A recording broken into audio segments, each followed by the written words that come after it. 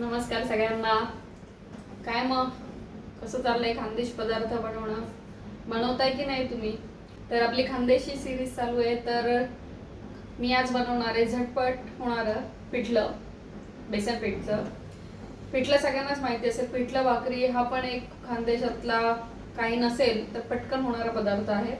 तर सध्या मी झटपट होणारच रेसिपी दाखवणार आहे. तर आज मी बनवते पिठलं आणि भाकरी. तर त्यासाठी काय काय लागतं ते बघून घ्या. बेसन पीठ, कांदा, हिरवी मिरची, बारीक चिरलेलं लसूण, जिरं, हळद आणि मीठ. आता आपण साहित्य बघितलं. आता मी पिठलं करायला घेते. त्यासाठी मी एका पातेल्यामध्ये पाणी गरम करायला ठेवणार आहे.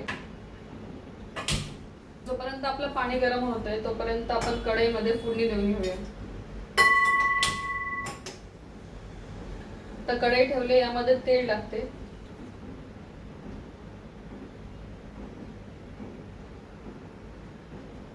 आता बाकीचे पदार्थ टाकूया याच्यामध्ये. आता आपलं तेल तापलंय. आता याच्यात टाकायचंय जिरं, त्यानंतर बारीक चिरलेलं लसूण,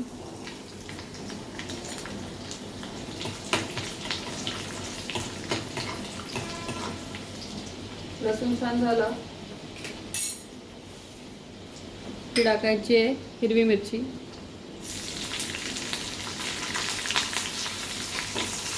आपलं पाणी उकळलंय त्यामुळे गॅस बंद करतो.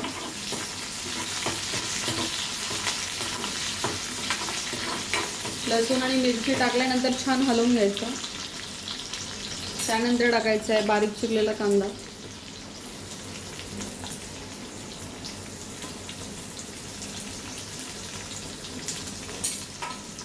आता याला पण छान मिक्स करून घ्यायचं.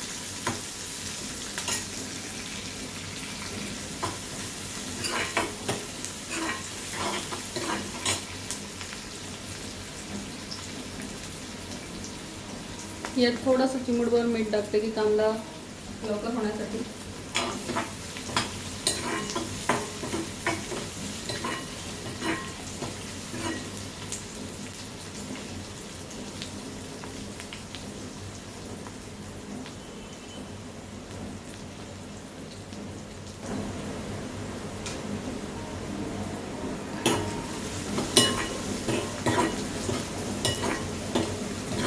आपले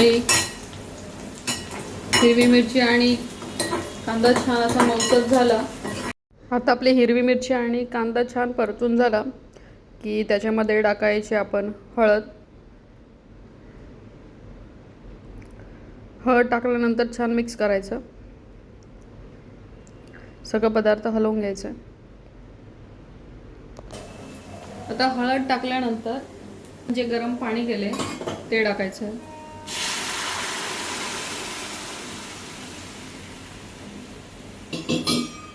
जर तुम्हाला किती पिठलं हवं आहे त्यानुसार पाणी टाका. टाकायचं आहे चवीनुसार मीठ.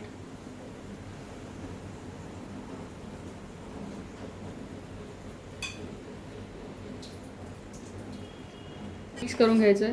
तुम्हाला हवी असेल तर तुम्ही कोथिंबीर टाका. आमच्या इथे आवडत नाही जास्त कोणाला कोथिंबीर. आणि हे छान असं पाणी उकळू द्यायचं. पाणी उकळलं त्यामध्ये थोडं थोडं करत बेसन टाकायचं आणि मिक्स करत राहायचं.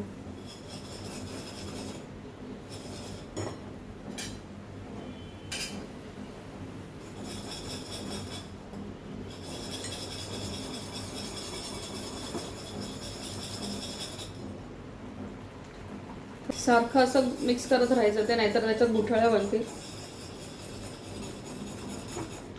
तुमच्याकडे रवी असेल तर रवीनी करा. माझ्याकडे हे आहे वरणाचं.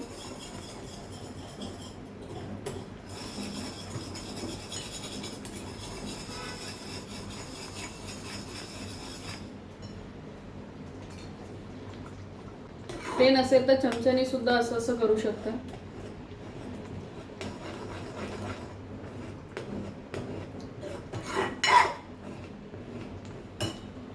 आपण छान असं मिक्स करून घेतलं की त्याच्या जर गुठळ्या असतील तर थोड्या थोड्या अशा चमच्याने काढत राहायच्या. आणि तुम्हाला वाटलं की पिठलं घट्ट होते तर त्याचे जे आपण गरम पाणी केलं ते त्याच्यामध्ये टाकायचं. आता याच्यावर झाकण ठेवायचं. जर 2 ते 3 मिनिटं ते वाफेवर होऊ द्यायचं.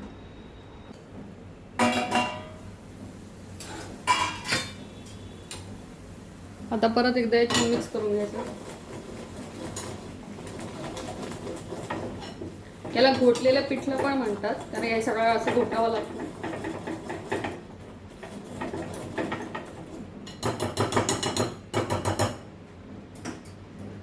आता आपलं पिठलं हे तयार आहे.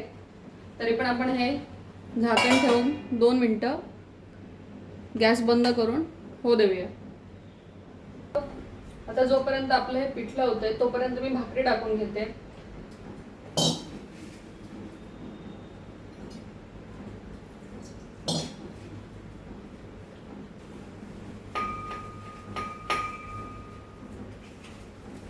हे बघा मी भाकरी टाकून घेतली. आता तिला छान शेकून घेऊया.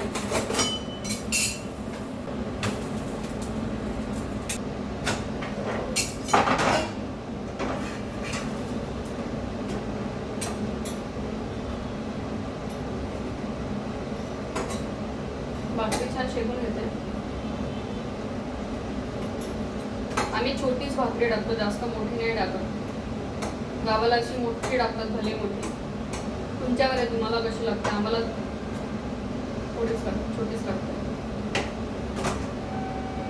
आता आपली भाकरी आणि पिठलं तयार आहे. आता एका प्लेटमध्ये काढून घेऊया. तयार आहे गरमागरम पिठलं, ज्वारीची भाकरी, हिरवी मिरची आणि आपला फोडलेला कांदा. तर या खायला. हा पण एक झटपट आणि गरम गरम खूप छान लागतो पदार्थ. हा पदार्थ पण सगळे आमच्याकडे बनवतात. पिठलं भाकरी, जसं गजानन महाराजांच्या इथे पण हा प्रसाद खूप चालतो पिठलं भाकरीचा. आम्ही जेव्हा पण गजानन महाराज मंदिरात जातो तेव्हा पिठलं भाकरी आवर्जून खातो. तर तुम्ही पण बनवा पिठलं आणि भाकरी. जेव्हा पण तुम्हाला घाई असेल, कधी खूप उशीर झाला असेल, पटकन काहीतरी बनवायचं तर पिठलं भाकरी खूप छान लागते. तर या खायला. आणि रेसिपी बघण्यासाठी माझ्या चॅनलला लाईक करा, शेअर करा, कमेंट करा आणि सबस्क्राईब करायला विसरू नका. भेटूया पुढच्या व्लॉगमध्ये.